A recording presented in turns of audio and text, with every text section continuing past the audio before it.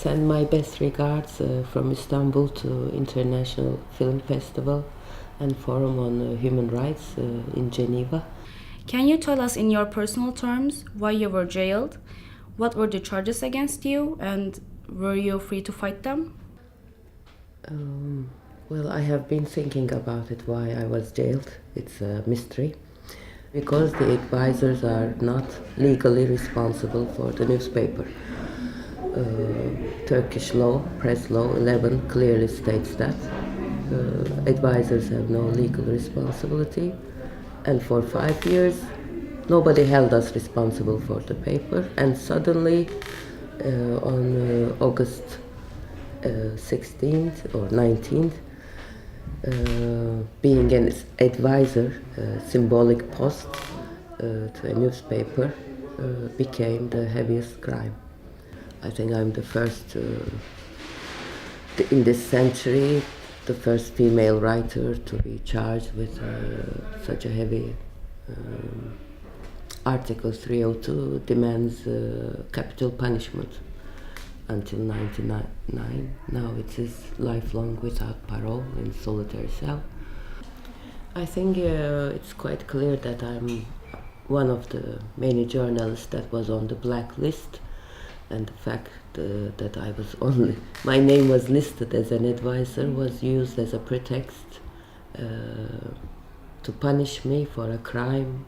I don't know what that crime is, but apparently there was punishment without any crime. What were your conditions of detention? Have you been submitted to mistreatment? Mm-hmm. Well, first I was 3 days in the police station, which was for Turkish standards quite good, but still custody is custody. 3 days in a cage, 2x4 meters. We were 4 women, and one of them tried to cut her wrists. And then after my arrest, I was in solitary cell for 5 days. And the initial 3 days were extremely difficult. The cell was very dirty, had not been cleaned for maybe 3 months. There was urine on the bed. The toilet was almost unusable, and I had no cleaning equipment. And they gave me very little food and no water for 48 hours.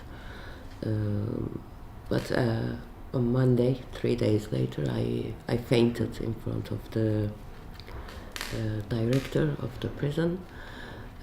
Then it leaked out to the press that I was not given any water. Then they started treating me more decently.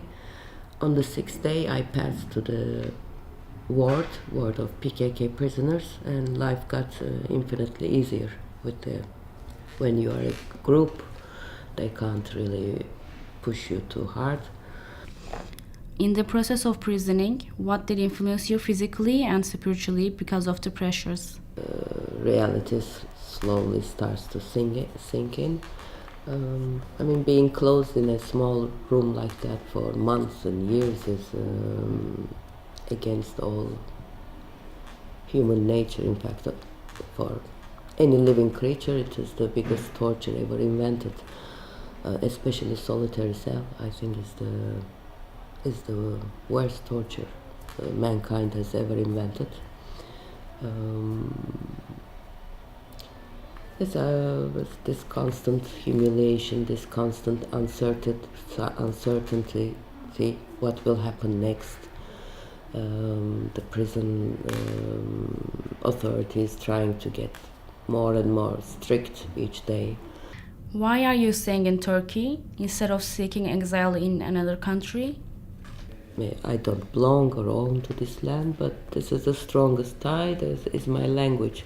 I'm a writer of Turkish, and I returned each time not to be able, not to lose my language. So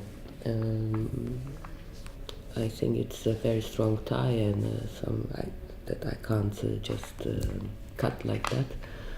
And plus, I think the state is guilty to me. They have arrested me and put all these horrible charges on me against Turkish law.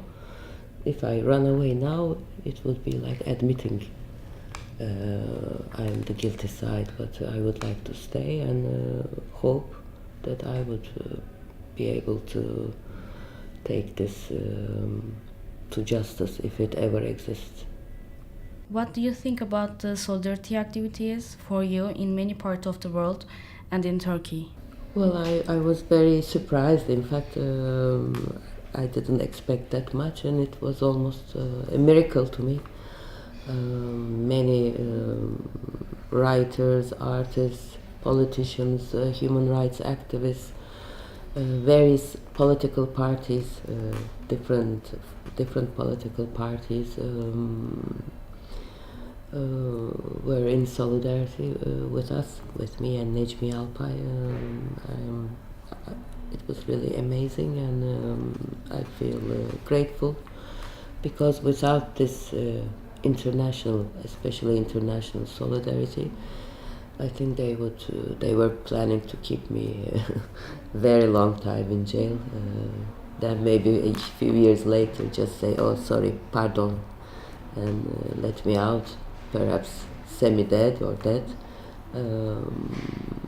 But when the whole world focused on this case, when all these details came out, the shocking details of this trial, I think their game was destroyed. So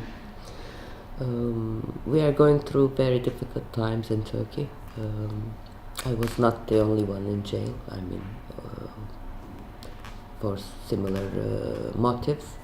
There are over 150 journalists at the moment. Many politicians, including party leaders, I'm afraid will be facing the experiences we have gone through.